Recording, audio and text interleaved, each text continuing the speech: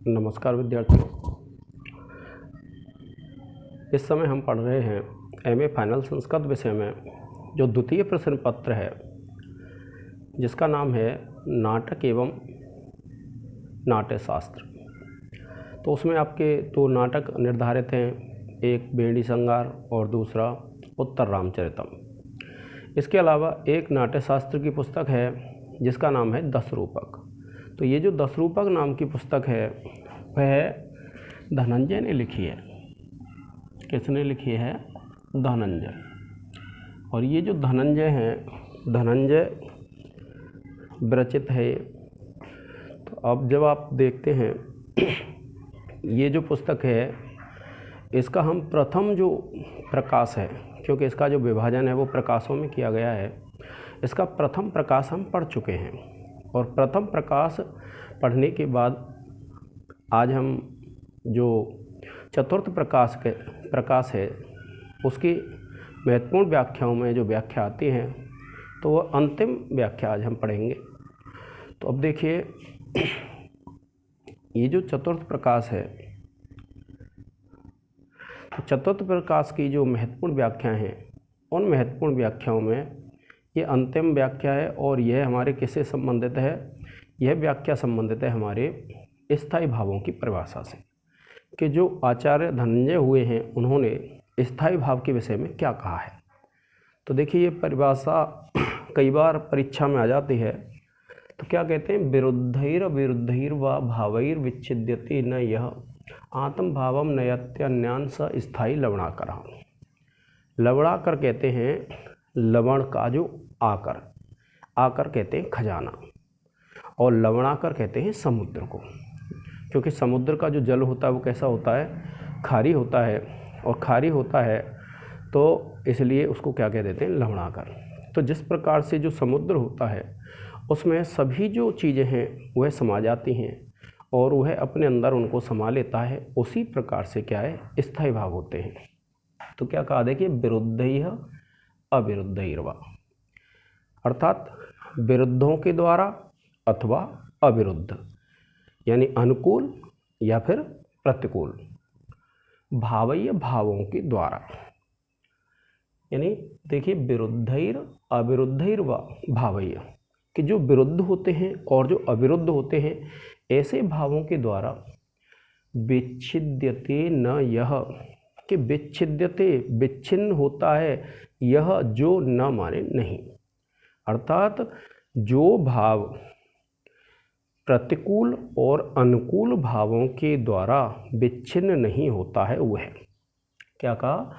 विरुद्धैर अविरुद्धैर वा, कि जो विरुद्ध होते हैं और जो अविरुद्ध होते हैं ऐसे भावय्य भावों के द्वारा यह न विच्छिद्यते, कि जो विच्छिन्न नहीं होता है, आत्म भावम नयति अन्यान, कि जो अन्य भाव होते हैं, यदि आए ना अन्यान, कि जो अन्य भाव होते हैं आत्म भावम नयति, उनको अपने अंदर समाहित कर लेता है। सस्थायी भाव, कि वह क्या कहलाता है? स्थायी भाव कहलाता है। और कैसे? लवणाकर, कि जिस प्रकार से समुद्र होता है, नमक का खजाना होता है, वह जिस प्रकार से सभी जीव जंतुओं को, वस्तुओं को अपने अंदर समाविष्ट कर लेता है, उसी प्रकार से जो भाव विरुद्ध और अनुकूल, यानी अनुकूल और प्रतिकूल जो भाव होते हैं उनके द्वारा विच्छिन्न नहीं होता है और जो सभी भावों को अपने अंदर समाहित कर लेता है समुद्र की तरह, वह स्थायी भाव कहलाता है। तो ये तो हुई इसकी व्याख्या। अब देखिए जब आप लिखेंगे तो संदर्भ तो आपको पता है एक ही रहने वाला है, और जब आप प्रसंग लिखते हैं और प्रसंग लिखेंगे तो आप इसको रेखांकित कर देंगे, ये विवरण चिन्ह हो जाएगा, और फिर आप लिखेंगे इस कारिका में आचार्य धनंजय, इस कारिका में आचार्य धनंजय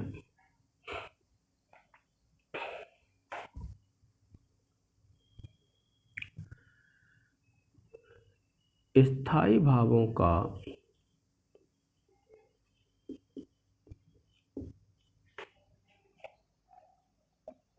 वर्णन करते हुए कहते हैं।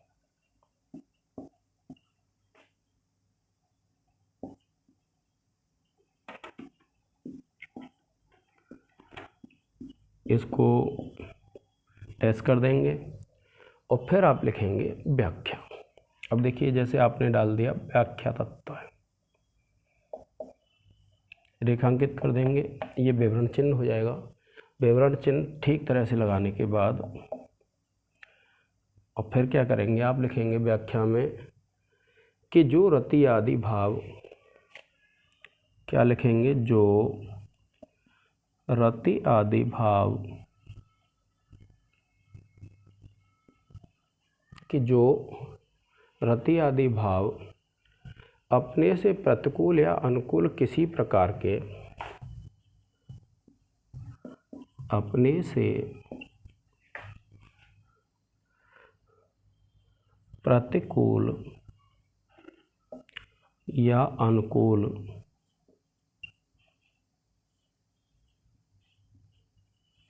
किसी प्रकार के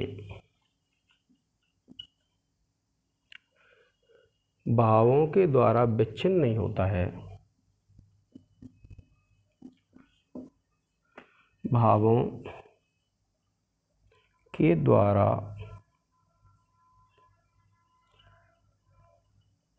विच्छिन्न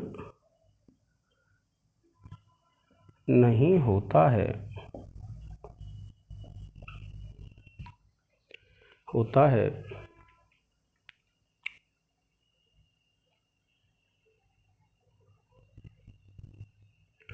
और लवणाकर के समान अन्य सभी भावों को,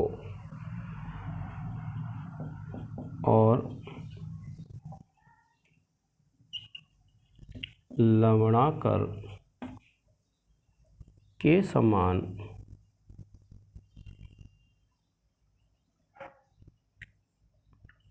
सभी भावों को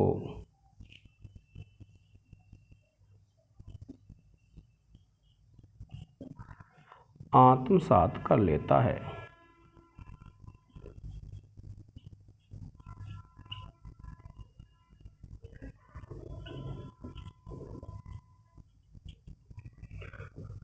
आत्मसात कर लेता है, स्थायी भाव कहलाता है। स्थायी भाव कहलाता है। ये क्या विद्यार्थियों, इस कारक की व्याख्या हो गई। फिर उसके बाद आप क्या करेंगे कि विशेष लिखते हैं, और विशेष में आप क्या लिखेंगे कि एक तो लिख देंगे आचार्य भरत मुनि ने 8 स्थायी भाव माने हैं, रति आदि 8 स्थायी भाव माने हैं। और फिर आप लिखेंगे अगला बिंदु दूसरा नंबर डाल के कि जो आचार्य मम्मट हैं उन्होंने निर्वेद को 9वां स्थायी भाव माना है।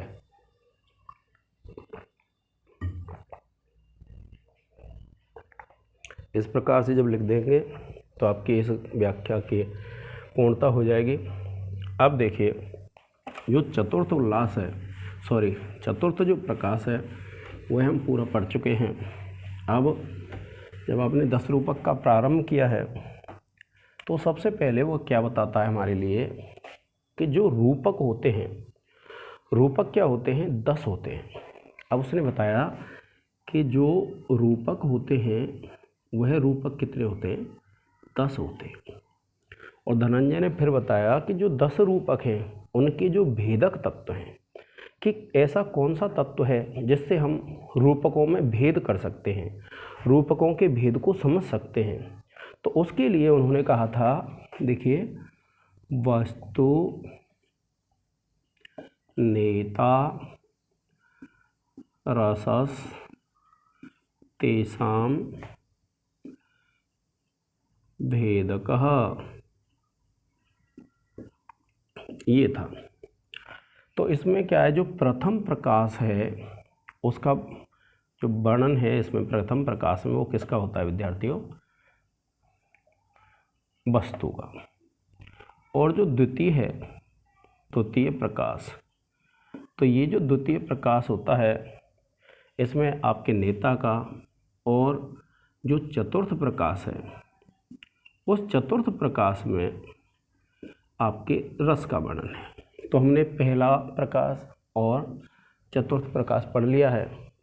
अब हम प्रारंभ कर रहे हैं जो द्वितीय प्रकाश है, और जो द्वितीय प्रकाश है उसमें किसका वर्णन मिलता है? द्वितीय प्रकाश में वर्णन मिलता है नेता के विषय में। नेता कहते हैं नायक को। अगर आधुनिक युग में चले जाएं तो आप देखेंगे तो जो हीरो होता है उसको नायक कहते हैं और जो हीरोइन होती है उसको नायिका कहते हैं। तो नायक के विषय में पढ़ेंगे कि नायक किसको कहते हैं, क्या क्या लक्षण उसमें होने चाहिए। उसके बाद नायक के कितने भेद होते हैं, किस किस प्रकार का नायक हो सकता है। तो देखिए, अब देखिए सबसे पहले जब आप देखेंगे तो जो नायक है, इस नायक के जो भेद किए हैं वो सर्वप्रथम जो नायक के भेद है वे 4 प्रकार से किए हैं। एक है आपका जैसे धीर शांत, एक है आपका धीर ललित, एक है आपका धीरोदात्त और एक है आपका धीरोद्धत।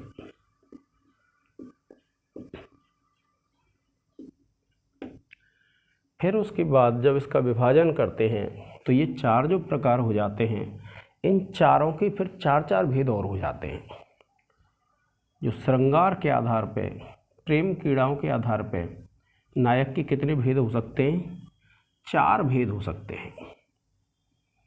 देखिए कौन से हैं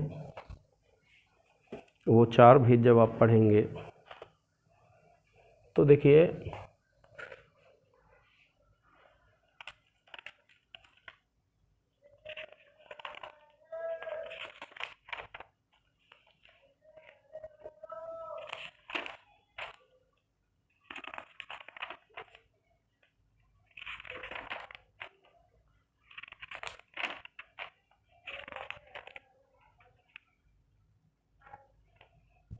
एक होता है दक्षिण। तो दक्षिण जो नायक होता है श्रृंगारिक चेष्टाओं के आधार पे, तो दक्षिण नायक किसको कहा जाता है? ऐसा नायक जो सहृदय रहता है। जो सहृदय शब्द है वो सहृदय शब्द किसके लिए है?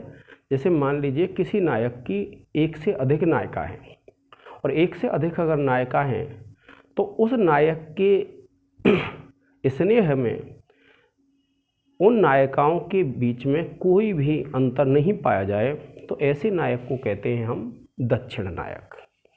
फिर दूसरा जो नायक होता है वह नायक होता है आपका सठ नायक। श्रृंगारिक चेष्टाओं के आधार पर एक भेद होता है सठ, और सठ को क्या कहते हैं? गूढ़ विप्रिय कृत सठा।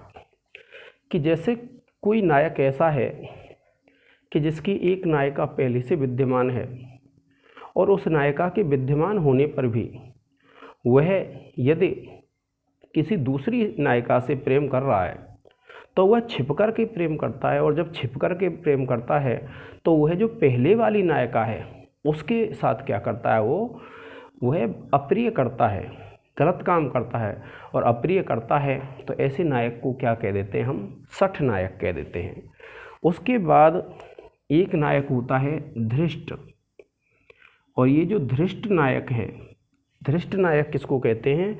व्यक्त अंग व्यक्रतो धृष्टो। कि व्यक्त, जैसे मान लीजिए कोई नायक है जिसकी 2 से अधिक नायिका है या 1 से अधिक नायिका है, कि वह अपनी नायिका से मान लीजिए मिल करके आया है, और उसके मिलने के जो चिन्ह होते हैं, जैसे मान लीजिए उसके चेहरे पर कहीं चुम्बन के चिन्ह हो, कहीं महावर आदि का चिन्ह हो, या फिर किसी अन्य ऐसे चिन्ह लेकर के आता है जिससे यह प्रतीत होता है कि वह दूसरी नायिका से मिल के आया है। तो जिसके शरीर से चिन्ह व्यक्त हो रहे होंगे, ऐसा जो नायक होता है उसको हम क्या कहते हैं? धृष्ट नायक कहते हैं। और फिर एक चतुर्थ जो नायक होता है वो कौन सा होता है? अनुकूल। और अनुकूल नायक ऐसा होता है जिसकी केवल एक ही नायिका होती है, अर्थात जिसकी एक से अधिक नायिका नहीं होंगी उसको क्या कहते हैं, हम धृष्ट नायक कहते हैं।